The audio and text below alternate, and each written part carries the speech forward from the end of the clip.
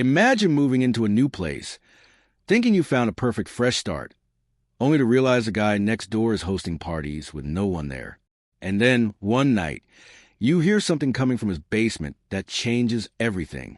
This is the story of how I discovered my neighbor's secret, and why I'll never look at him the same way again. Hey, it's Garrett. So, this story takes place during my sophomore year of college. I didn't get a dorm after freshman year, so I had to scramble for off-campus housing. Long story short, I ended up in a co-op, part of a 3-house community near campus. It wasn't ideal, but it was cheap, and I didn't have many options. Most of the residents were students like me, but there were a few exceptions. One of them was an older woman who lived in one of the other houses. She was quiet, kept to herself, and always had this blank expression on her face. At first, I didn't think much of her until I started noticing the strange things she did. The first time I saw her do something weird was in our common kitchen. She wasn't cooking or eating. She was just standing there, watching us. I caught her staring at me a few times, and it gave me this uneasy feeling. Later that week, I saw her again, this time standing in the middle of the street, staring up at my window. I waved at her, trying to be friendly, but she didn't wave back. Instead, she jumped up and down like she was excited, and then ran off. That's when I knew something wasn't right. I asked my housemates about her, but they just told me to ignore her like they did. I couldn't shake the feeling that something was off, though, and then things got worse. One night, I walked out of my room and nearly ran into her. She was standing right outside my door, just staring at me. It was past midnight, and the house was dead silent. She didn't say anything, just turned and walked away like I was the one intruding. After that, I started noticing her more. She'd be snooping around places she had no business being, doing things that made no sense. I tried to brush it off, but it was hard to ignore. Then one night, I woke up to a soft bumping sound coming from my closet. I'm not one to scare easily, so I got up to investigate. I opened the closet door, and there she was, standing inside, holding a kitchen knife. She lunged at me, and we wrestled to the ground. I managed to disarm her, but it was terrifying. My housemates heard the commotion and came to help. We called the police, and they arrested her. A few weeks later, we found out who she was. She was a property manager's sister, and she had severe mental health issues. Instead of getting her proper care, he just let her live there under the radar. I still think about that night sometimes, how close I came to something much worse. But that's not even the craziest part of this story. Fast forward a few years, and I'm living in a new neighborhood.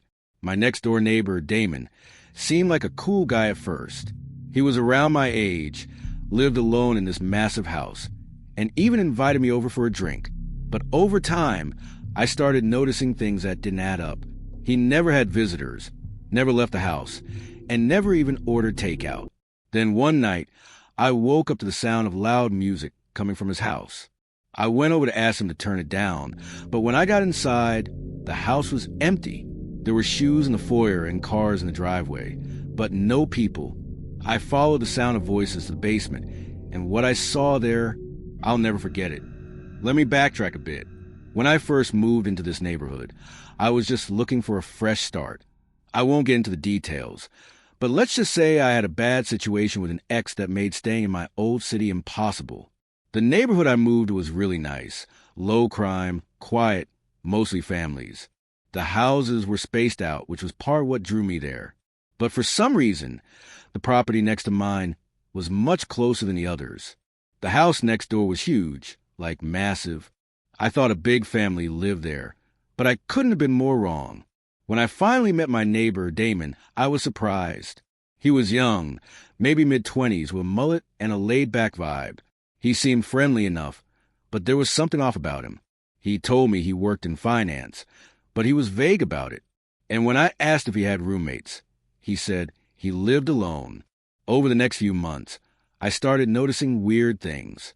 Damon never had visitors, never left the house, and never even ordered takeout. His car was always in the driveway, but I never saw him go anywhere. I work from home, and my office overlooks his property, so I couldn't help but notice how strange his habits were. Then one night, I woke up to the sound of loud music coming from his house. It was 2 a.m. on a Wednesday, and the volume was insane. I figured I'd just go over and ask him to turn it down.